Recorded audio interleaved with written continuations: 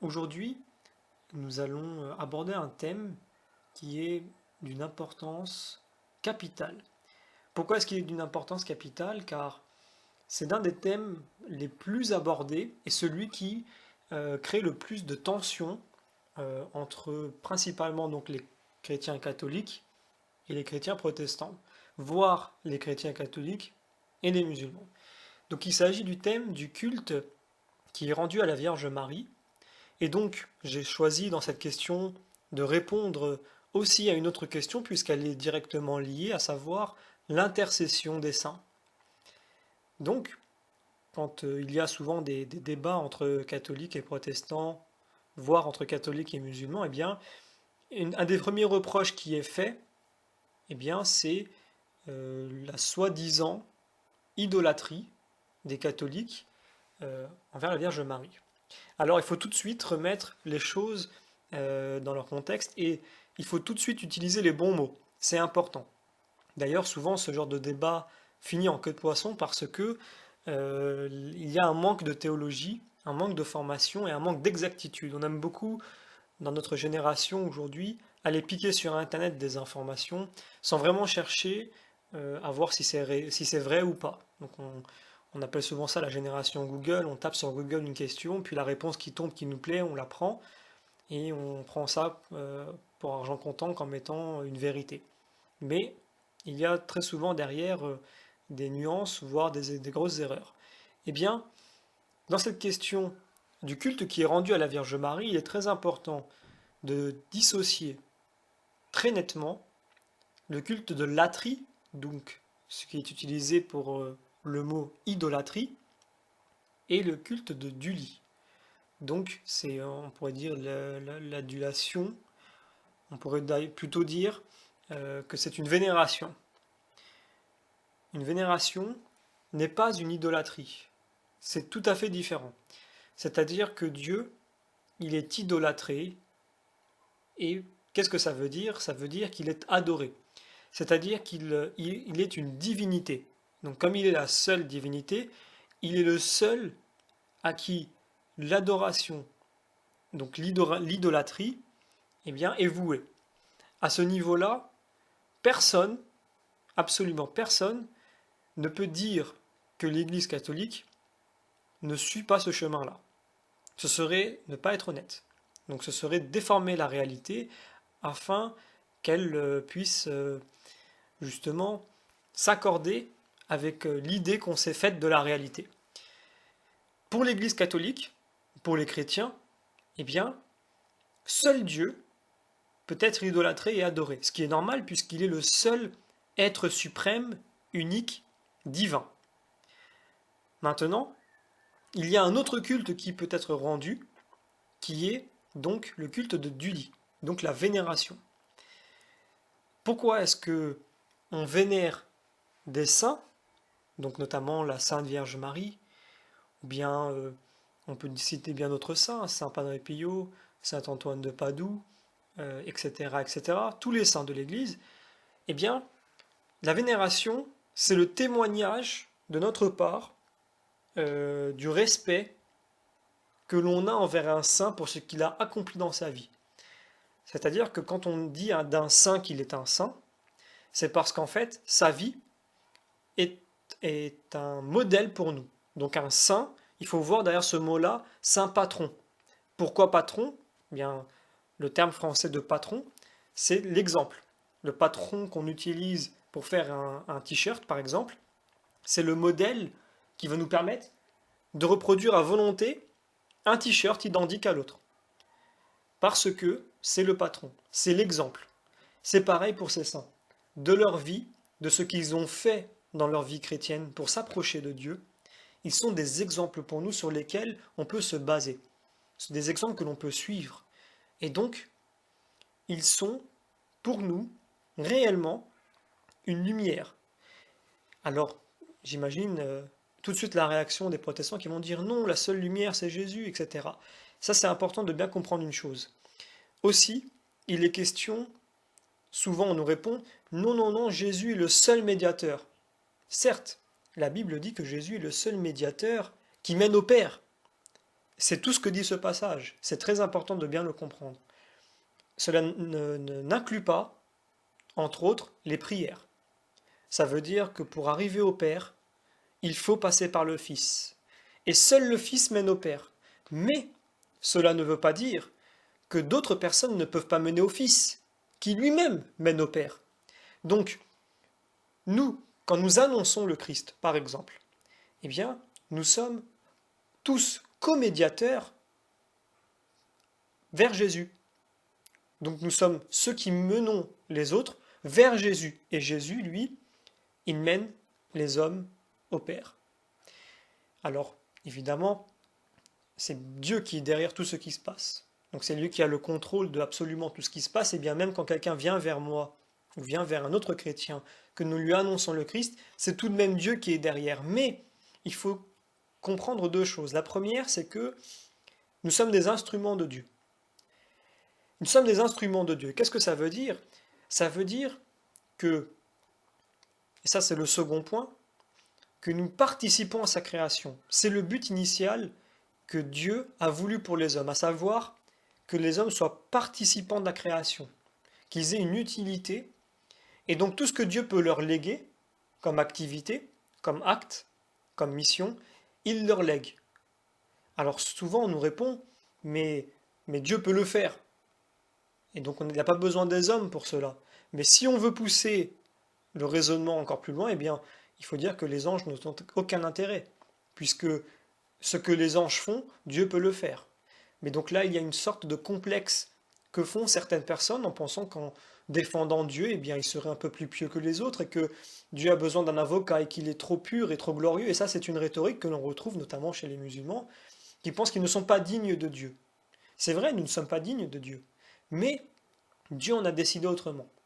Il nous a décidé de nous laver de nos péchés, de nous surélever par la grâce, et lui de son côté de s'abaisser, afin qu'il y ait entre nous une amitié possible. Donc, pour revenir au thème principal, qui est la Vierge Marie, il est important de comprendre quelque chose. C'est que, comme on vient de le dire, il y a une différence stricte entre le culte de la Trie et le culte de Duli. Donc la Vierge Marie est vénérée, et elle est vénérée pour de très bonnes raisons. Si l'on revient dans l'Ancien Testament, nous savons que l'Ancien Testament, comme nous l'avons vu d'ailleurs dans les cours bibliques qui sont donnés sur cette chaîne, eh bien, annonce en parole et en acte le Christ. Mais pas que. Nous avons vu aussi que c'est l'image, ce peuple juif, c'est l'image de notre âme qui, elle aussi, passe par un désert, qui combat, qui passe par des moments de grâce, qui passe par des moments difficiles, qui grandit, qui continue à s'approcher de la relation possible avec Dieu. Mais il y a aussi d'autres prophéties, notamment la Vierge Marie. Et oui, dans l'Ancien Testament, et pas que dans des phrases. Donc nous avons certaines phrases dans l'Ésaïe ou dans les psaumes, où il est question d'une vierge qui donnera la vie à un certain homme qui viendra sauver son peuple. Mais ce n'est pas seulement de cette façon-là qu'elle est annoncée. Nous allons faire plusieurs analogies pour montrer que Marie a une place très importante, notamment dans le plan de Dieu et donc dans la vie des chrétiens, et que cette place-là est justifiée. N'oublions pas qu'elle est pleine de grâce, qu'elle est celle qui a eu l'immense et éternel et inestimable honneur d'avoir en son sein le Messie, le Fils de Dieu, la troisième entité de la Trinité, et ce n'est pas rien. Et donc fermer les yeux sur ça, c'est du déni. Donc, si nous revenons un peu plus dans l'Ancien Testament, nous allons faire certaines analogies. La première que nous pouvons faire, c'est l'analogie entre l'Arche de l'Alliance et la Vierge Marie. Pourquoi? Parce que l'Arche de l'Alliance, d'abord, était la chose la plus sainte et la plus puissante qu'il y avait sur terre, évidemment en dehors de Dieu lui-même. Cette arche-là contenait en son sein la parole de Dieu, les 10 commandements, le pain miraculeux, la manne du paradis. Et donc, l'allégorie qui se trouve derrière, la comparaison ou l'analogie, si vous préférez, que l'on peut faire avec ça, vous l'avez deviné, c'est la Vierge Marie, qui est la nouvelle arche d'alliance, qui a elle-même contenu la parole de Dieu, qui est Jésus-Christ et qui est la manne du paradis, le pain miraculeux, etc. Donc déjà, il y a une première analogie de possible, il y en a d'autres. Il y en a énormément, mais je vais en prendre que quelques-uns pour vous montrer que le fait que les chrétiens, et cela depuis le début du christianisme, nous avons des traces de la vénération que donnent les chrétiens à la Vierge Marie, déjà dès le second siècle. Eh bien, il est très important de comprendre que quand il suffit de montrer certaines analogies comme je viens de le faire, pour prouver de manière claire et certaine que la Vierge Marie a une place dans la vie des chrétiens qui est tout à fait justifiée. Si l'on continue l'analogie, l'arche de la vieille alliance contenait aussi la Vierge d'Aaron, qui signifiait le grand prêtre. De nouveau, cette arche d'alliance nouvelle, qui est la Vierge Marie, elle contenait Jésus-Christ, qui est appelé le grand prêtre, notamment dans la lettre aux Hébreux au chapitre 3.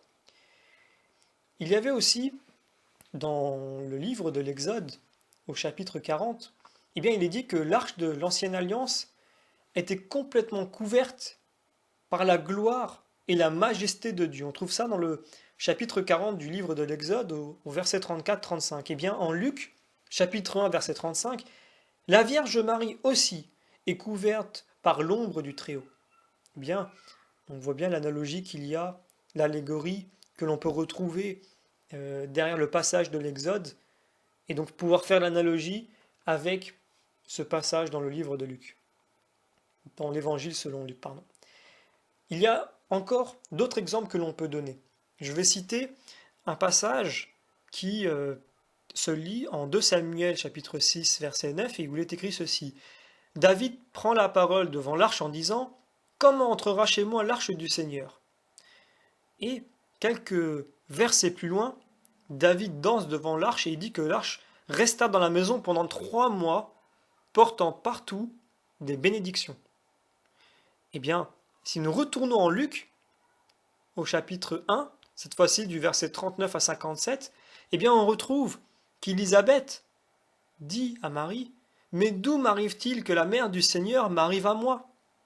Et on lit par la suite que Jean-Baptiste dansa dans le ventre d'Élisabeth et que Marie resta 3 mois chez elle, apportant maintes bénédictions. Eh bien, il est impossible, ce serait du déni, de ne pas voir qu'il y a un lien entre ces deux textes.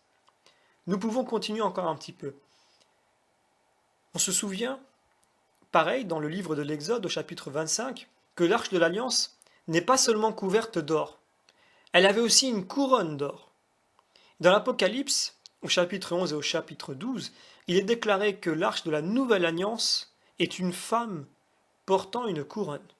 Pareil, encore une fois, une indication qui ne peut pas nous laisser indifférents. De nouveau, nous retournons dans les livres de l'Exode et nous voyons au chapitre 25, au verset 10, que Dieu avait demandé que l'arche soit faite en bois de sétim, c'est donc de l'acacia. Ce bois est tellement résistant que la Septante, donc la version grecque de l'Ancien Testament, traduit ce terme par bois incorruptible. Et donc la Vierge Marie, elle-même, dont nous avons prononcé qu'elle était vierge pour toujours et qu'elle a été exempte du péché, eh bien, elle aussi se doit être incorruptible. Et donc c'est pour cela qu'elle fut préservée de tout péché actuel et originel et qu'elle fut directement emportée au paradis. Eh bien, de nouveau, on se souvient aussi que, comme dans l'Ancien Testament, eh bien, Dieu continue aujourd'hui, au-dessus de la nouvelle arche de l'Alliance, qui est la Sainte Vierge Marie, de nous apparaître et de nous donner plusieurs indications, de nous révéler certaines choses. Pareil, dans l'Ancien Testament, eh bien, on se souvient que Dieu, lorsqu'il apparaissait au-dessus de son arche. Donc c'est important de bien montrer que la place que possède la Vierge Marie dans l'Église, chez les chrétiens catholiques, eh bien, elle ne vient pas de nulle part. Elle vient déjà d'une très longue tradition, puisque, comme je le dis, nous avons des traces, dès le second siècle, d'un culte qui était rendu à la Vierge Marie. D'ailleurs, nous avons aussi des traces, visiblement, que dès le 25 mars, eh bien, l'annonciation qui est faite à Marie était déjà fêtée, dès le second siècle. Et c'est ainsi que nous avons déterminé aussi la date du 25 décembre, qui, donc on l'a bien compris, vient 9 mois après le 25 mars. Donc on voit bien que cette origine qu'il y a de l'importance de la Vierge Marie dans la vie des chrétiens est bien plus ancienne que certains dogmes qui ont été décrétés bien plus tard. Donc je le rappelle toujours, les dogmes qui sont décrétés par l'Église arrivent toujours très tardivement par rapport aux fidèles. Donc c'est l'image que nous avons de Saint Jean euh, qui arrive bien avant Saint Pierre au tombeau de Jésus.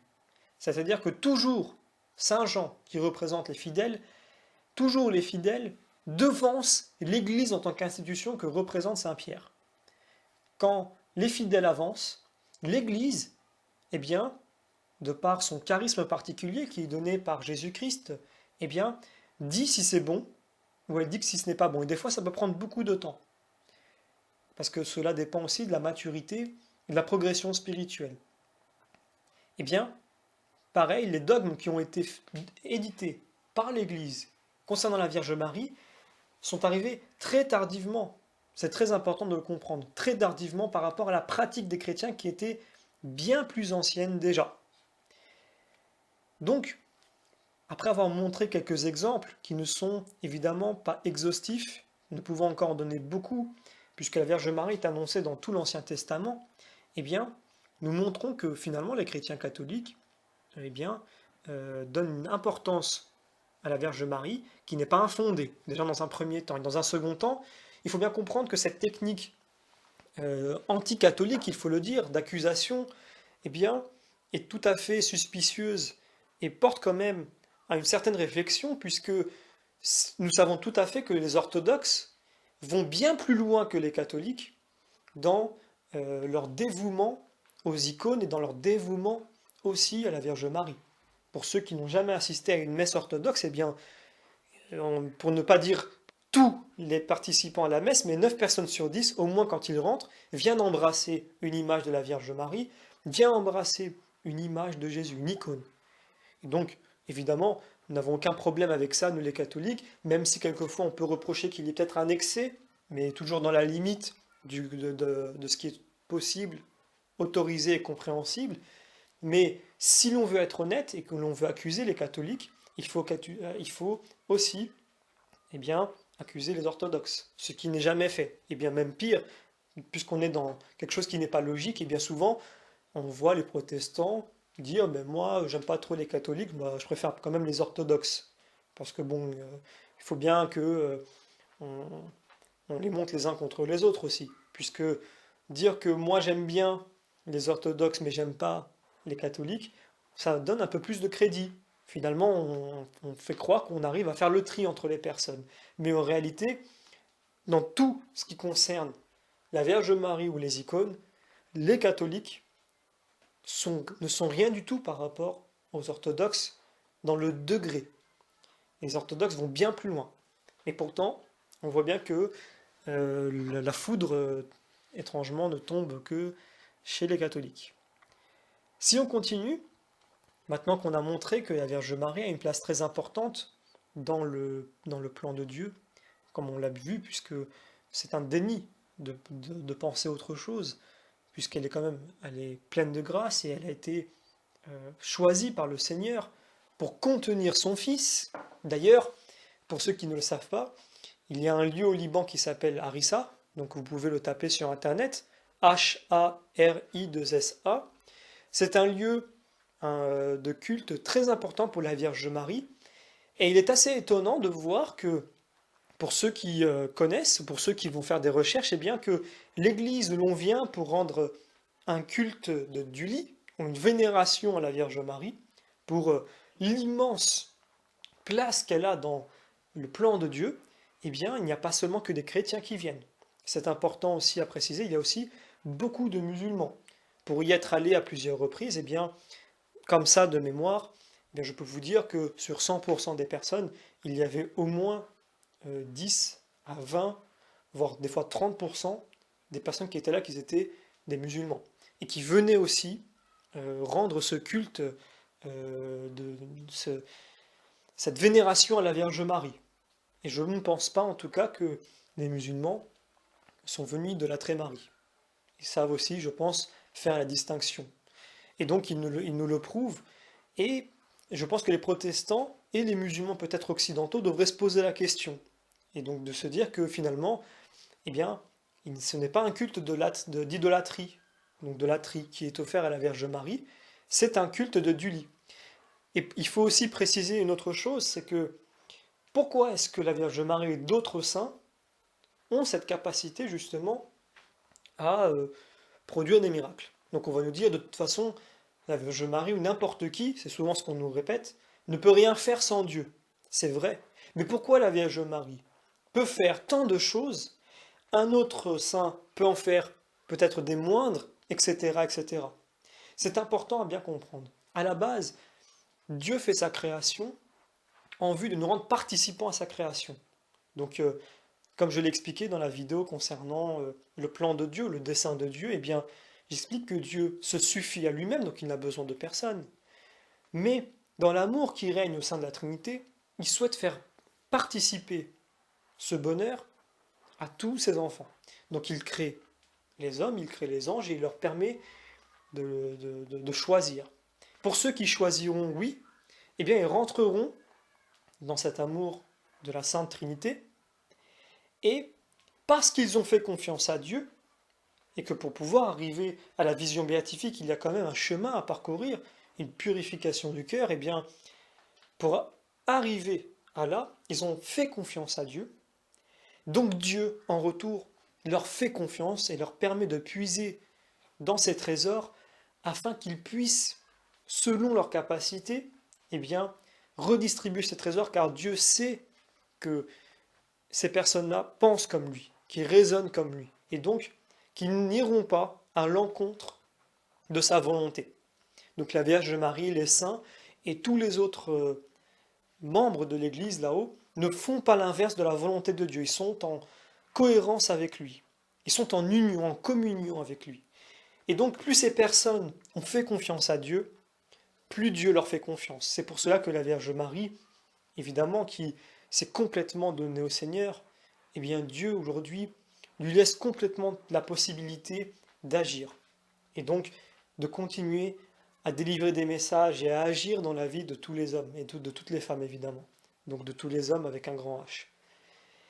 Eh bien, c'est pour cela que toutes ces personnes, tous ces saints, ont toutes ces capacités.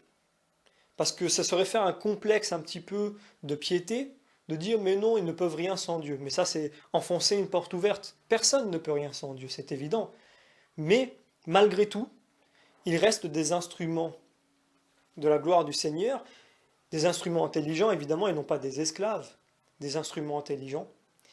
Et donc, Dieu leur permet de faire ces choses-là. Il lègue son travail. Et comme je l'ai dit au départ, si on veut pousser le raisonnement, eh bien, pas besoin de parler de la Vierge Marie ou des saints, parlons directement des anges. Dieu n'a pas besoin des anges finalement, puisqu'il peut faire ce que les anges font.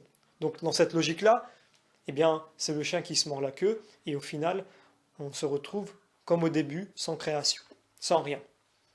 Et donc, il faut bien comprendre que quand on dit que nous ne servons à rien, que Dieu n'a pas besoin de nous, nous sommes en train de contrarier le plan de Dieu.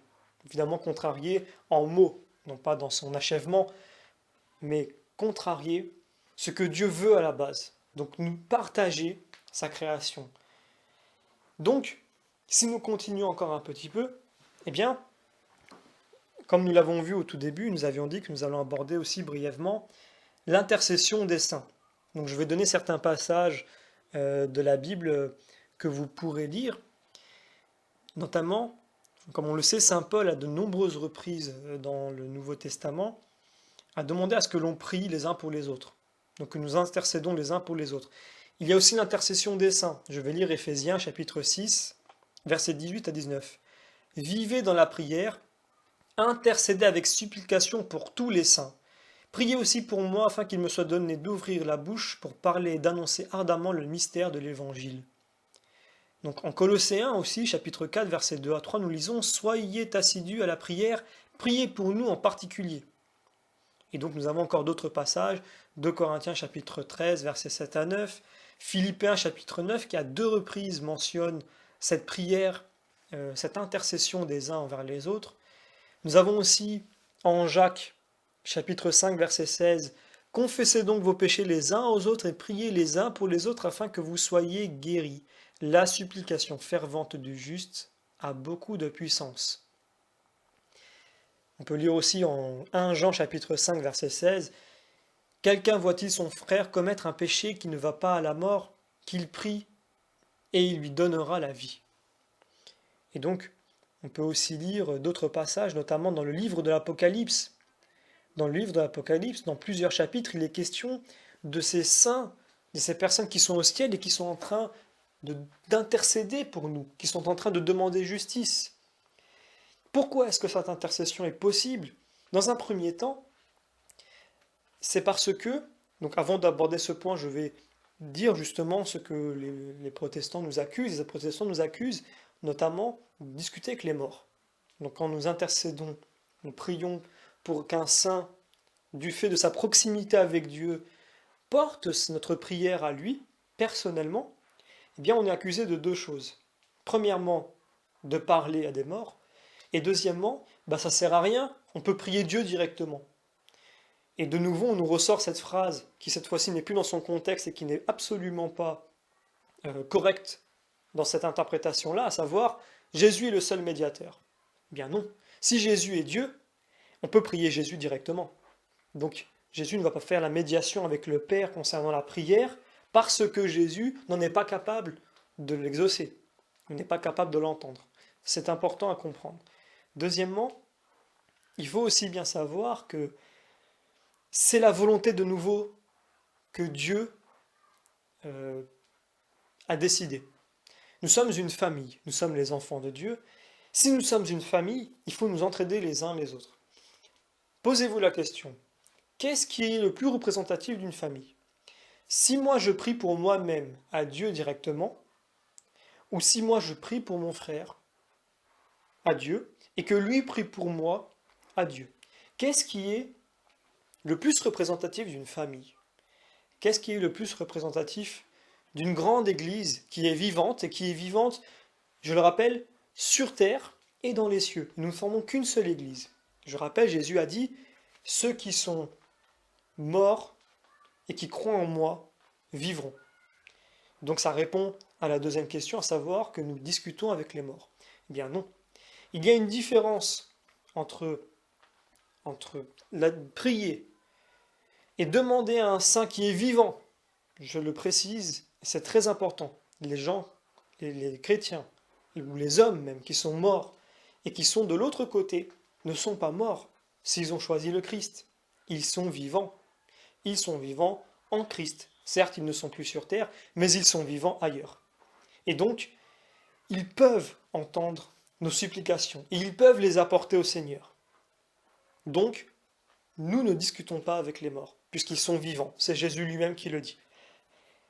Alors, de nouveau, comme je l'ai dit tout à l'heure, eh bien, on va nous dire que ça ne sert à rien, on peut prier Dieu directement.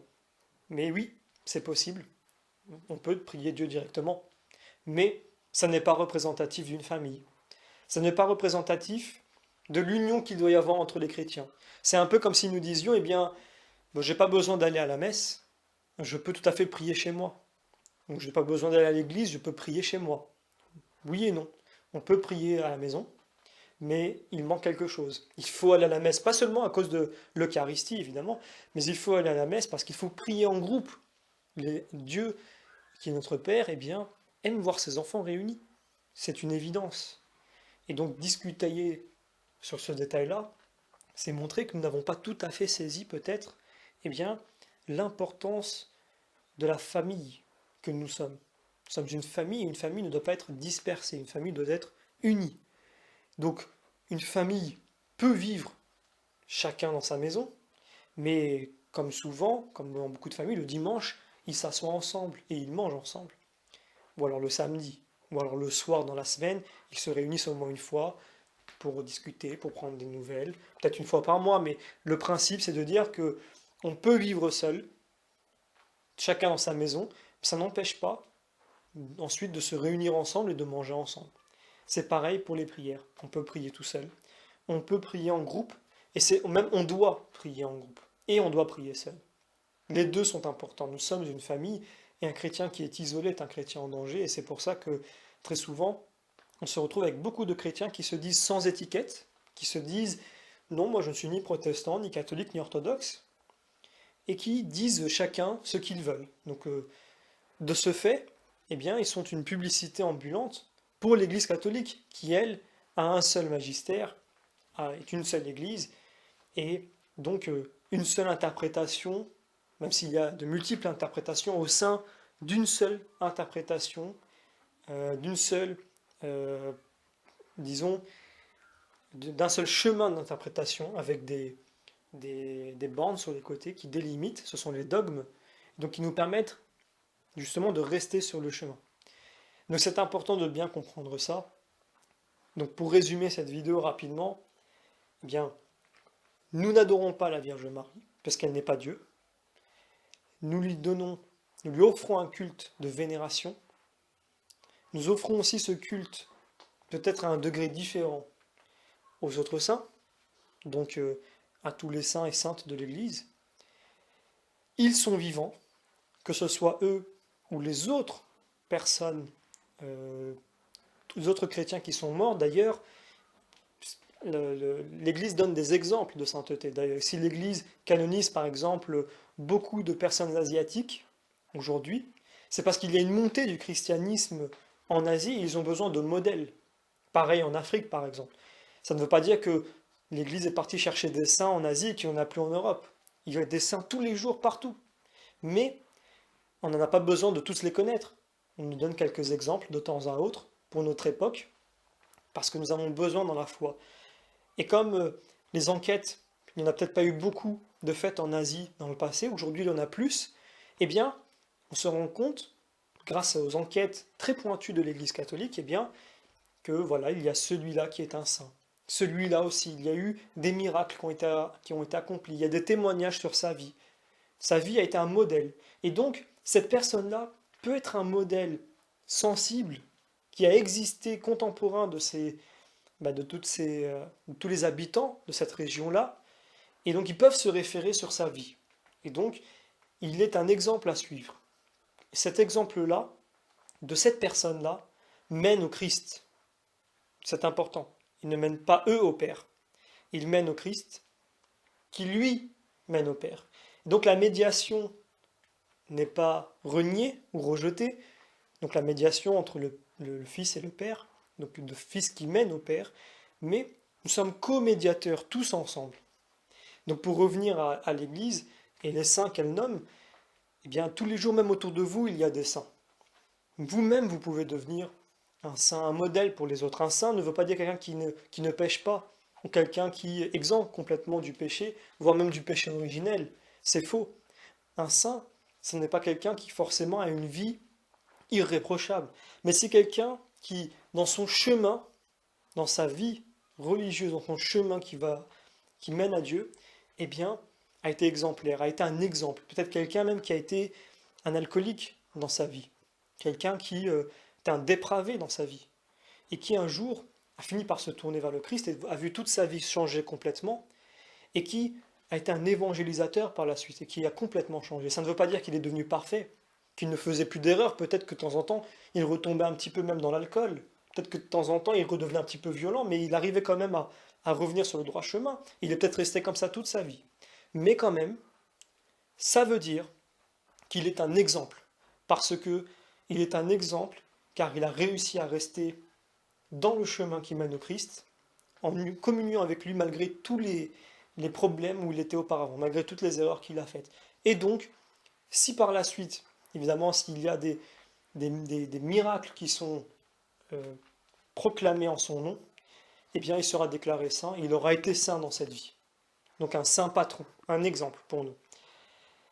Donc, justement, dans cette logique-là, comme nous avons des saints tout autour de nous, et que l'Église n'est pas forcée de courir derrière les saints. Tout ce qu'elle fait, c'est de nous donner des exemples. Quelques-uns suffisent, pas besoin de les connaître tous, même on peut s'intéresser à tous les saints. Mais certaines personnes, par exemple, ont plus de proximité envers deux, trois ou quatre saints particuliers. Donc ils décident d'avoir une vie en communion de prière avec ces personnes-là, parce qu'elles correspondent peut-être à leur vie. Et donc ils ne connaissent pas forcément tous les saints. Ce sont des exemples pour eux. Et donc c'est pour cela que nous n'avons pas besoin de canoniser tout le monde. C'est quand on donne quelques exemples, ils suffisent pour pouvoir continuer avec. Pas besoin de donner tous les exemples, de canoniser toutes les personnes.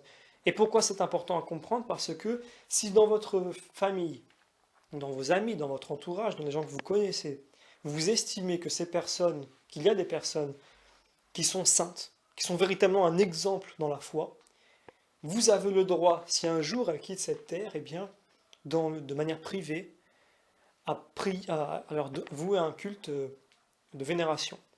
Mais de manière privée, chez vous, sans que ce soit public. Parce que ces personnes-là, comme les saints qui ont été canonisés, sont très certainement dans les cieux, en communion avec le Christ. Il n'y a pas eu une reconnaissance de la part de l'Église, mais ça ne veut pas dire qu'elle n'est pas sainte.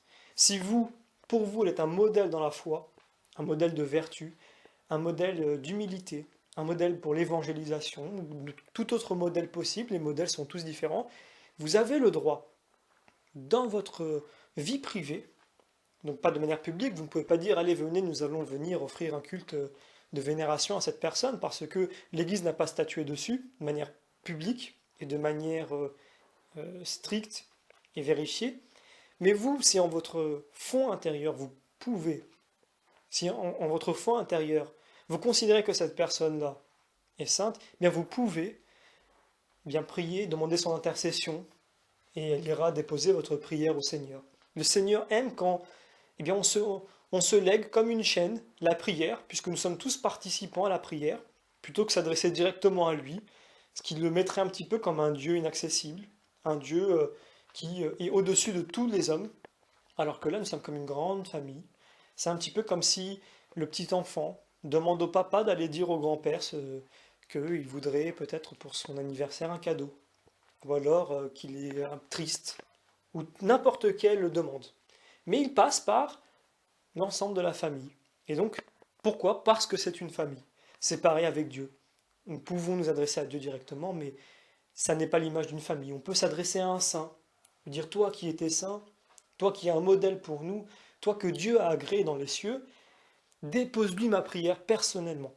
Sois celui qui sera, en quelque sorte, mon représentant devant Dieu, toi qui es déjà dans les cieux et moi qui suis encore sur terre. C'est ça que ça veut dire et rien de plus. Ce n'est pas que cette personne-là est Dieu ou que cette personne-là est plus importante. C'est que cette personne-là, du fait de sa présence auprès du Seigneur directement dans les cieux, eh bien, est plus proche du Seigneur. Et donc, de cette proximité-là que nous imaginons, qui nous permet d'imaginer, de comprendre, même voire de croire, de le croire de la façon où nous le comprenons réellement, eh bien, cette personne est plus proche de Dieu que nous. Même si Dieu est proche de tout le monde, mais en tant qu'être humain, si cette personne-là est déjà dans les cieux, que nous sommes sur terre, eh bien, nous comprenons de cette façon-là, c'est notre façon de comprendre, que cette personne-là est plus proche de Dieu que nous. Et donc, si nous lui donnons notre prière, eh bien, nous imaginons qu'elle va pouvoir, elle, la lui transmettre. Et donc, il y aura eu cette délégation au sein de la famille chrétienne que nous sommes, cette famille, cette Église qui est dans les cieux, qui est sur terre, et qui est vivante, qui ne forme qu'une seule Église, eh bien, s'accomplir. Elle forme une seule Église, et d'ailleurs c'est même de cette façon-là que nous l'appelons l'Église qui est sur terre, c'est l'Église militante, l'Église qui est dans le purgatoire, c'est l'Église souffrante dans le sens purificateur, et l'Église qui est dans la vision béatifique, c'est l'Église glorieuse, l'Église victorieuse. Mais nous sommes qu'une seule Église. Donc, pour terminer cette vidéo et pour bien résumer l'ensemble, oui, la Vierge Marie a une place immense, comme on l'a démontré dans certaines analogies. Nous ne l'adorons pas car elle n'est pas Dieu. Nous lui vouons un culte de vénération pour l'immense exemple qu'elle est pour nous, pour s'être donnée complètement à Dieu, pour avoir été la nouvelle Ève, celle qui a dit oui à Dieu. contrairement à Ève dans la Genèse qui a dit non à Dieu, qui a dit oui au serpent. Et elle est vivante, comme tous les hommes qui sont de l'autre côté, qui ont choisi le Christ. Donc quand nous intercédons, que ce soit les uns pour les autres sur terre, ou quand nous demandons l'intercession de ces personnes qui sont de l'autre côté, eh bien, nous ne sommes pas en train de parler à des morts, mais à des hommes qui sont vivants ailleurs en Christ.